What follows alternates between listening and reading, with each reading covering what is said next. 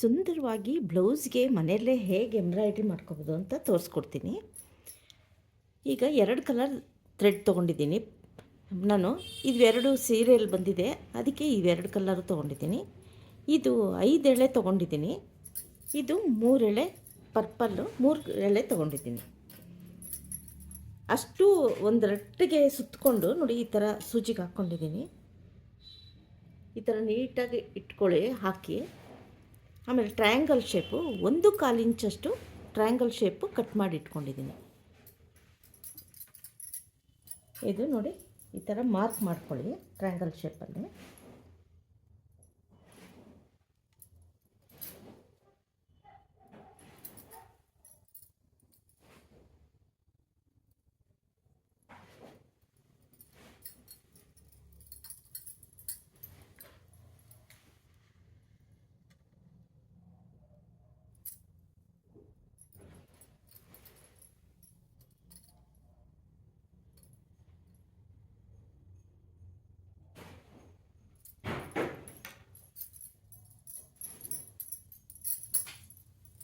ಇದನ್ನು ಈ ಥರ ಫ್ರೇಮು, ಸಣ್ಣದಾಗಲಿ ದೊಡ್ಡದಾಗಲಿ, ಈ ಥರ ಫ್ರೇಮ್ಗೆ ಹಾಕ್ಕೊಂಡು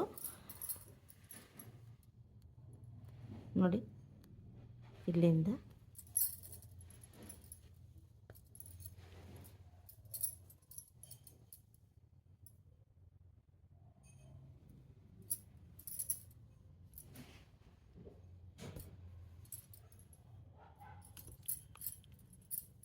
ಇದು ಹಾಕಬೇಕಾದ್ರೆ ನೋಡಿ, ನೀಟಾಗಿ ಎಳೆ ಬಂದಿದೆಯಾ ಅಂತ ನೋಡಿಕೊಂಡು ಒಂದು ಸಲ ಹಾಕ್ಕೊಳ್ಳಿ.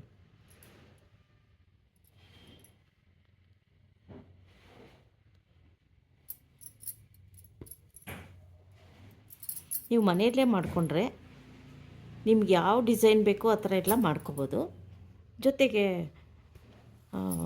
ಅಂಗಡಿ ಇದರಲ್ಲಿ ಮಾಡಿಸಿದ್ರೆ ಸ್ವಲ್ಪ ಕಾಸ್ಟ್ಲಿ ಬರುತ್ತೆ. ನೀವು ಚೀಪ್ ಆ್ಯಂಡ್ ಬೆಸ್ಟಲ್ಲಿ ನೀಟಾಗಿ ನಿಮ್ಗೆ ಯಾವುದು ಡಿಸೈನ್ ಬೇಕು, ಯಾವ ಥರ ಬೇಕು ಮಾಡಿಕೊಂಡು ತೃಪ್ತಿಯಾಗಿ ಮಾಡಿಕೊಂಡು ಹಾಕ್ಕೋಬೋದು ನೀವು.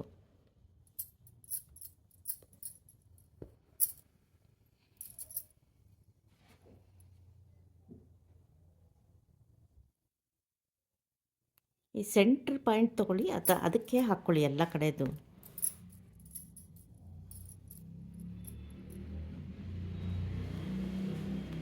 ನಿಮಗೆ ಟ್ರಯಾಂಗಲ್ ಶೇಪಲ್ಲಿ ಇನ್ನು ಸ್ವಲ್ಪ ಚಿಕ್ಕದು ಬೇಕು ಅಂದರೂ ನೀವು ಹಾಕ್ಕೊಳ್ಳಿ. 1 ಇಂಚ್ ಮಾಡ್ಕೊಬೋದು ಬೇಕಾದ್ರೆ. ಇದು ನಾನು 1/4 ಇಂಚಷ್ಟು ಮಾಡ್ಕೊಂಡಿದ್ದೀನಿ.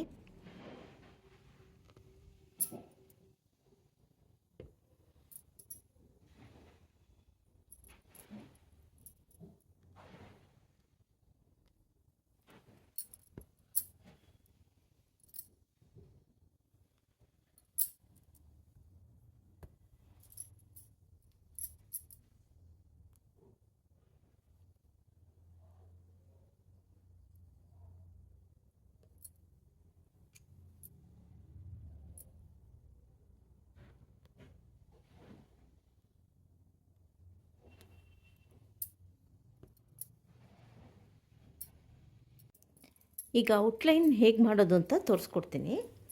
ಇದಕ್ಕೆ ನಾನು ಸ್ವಲ್ಪ ಕಾಟನ್ ಮಿಕ್ಸ್ ಥ್ರೆಡ್ ತೊಗೊಂಡಿದ್ದೀನಿ. ಸ್ವಲ್ಪ ದಪ್ಪ ಎಳೆ ಇದೆ.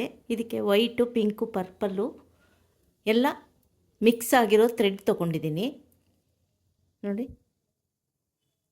ಇದನ್ನು 1 ಎಳೆ ಹಾಕ್ಕೊಂಡಿದ್ದೀನಿ, 1 ಎಳೆ ದಾರ ತೊಗೊಂಡಿದ್ದೀನಿ.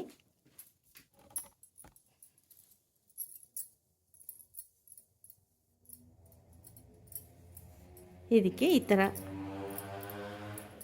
ನಾವು ಯಾವ ಪಾಯಿಂಟಲ್ಲಿ ತೊಗೊಂಡಿದ್ದೀವಿ ಅದೇ ಪಾಯಿಂಟಲ್ಲೇ ಮತ್ತೆ ಈ ಥರ ಹಾಕ್ಕೋಬೇಕು.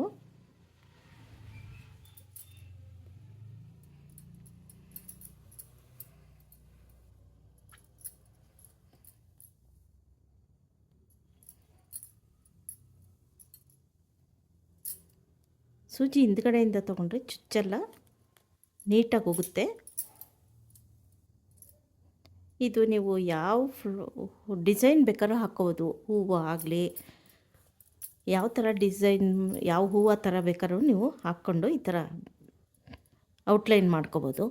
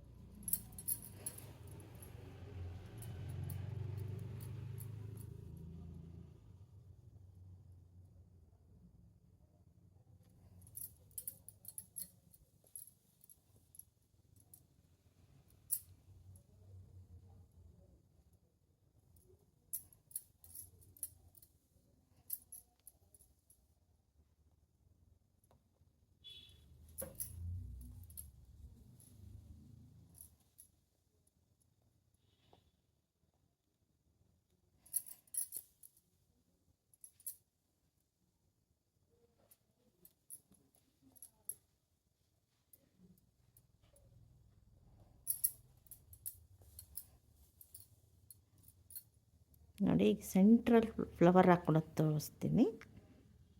ಇದು ಸ್ವಲ್ಪ ನಿಧಾನವಾಗಿ ಹಾಕ್ಕೊಳ್ಳಿ. ಇದನ್ನು ಹಾಕಬೇಕಾದ್ರೆ ನಿಧಾನವಾಗಿ ಬಿಡಬೇಕಿದು.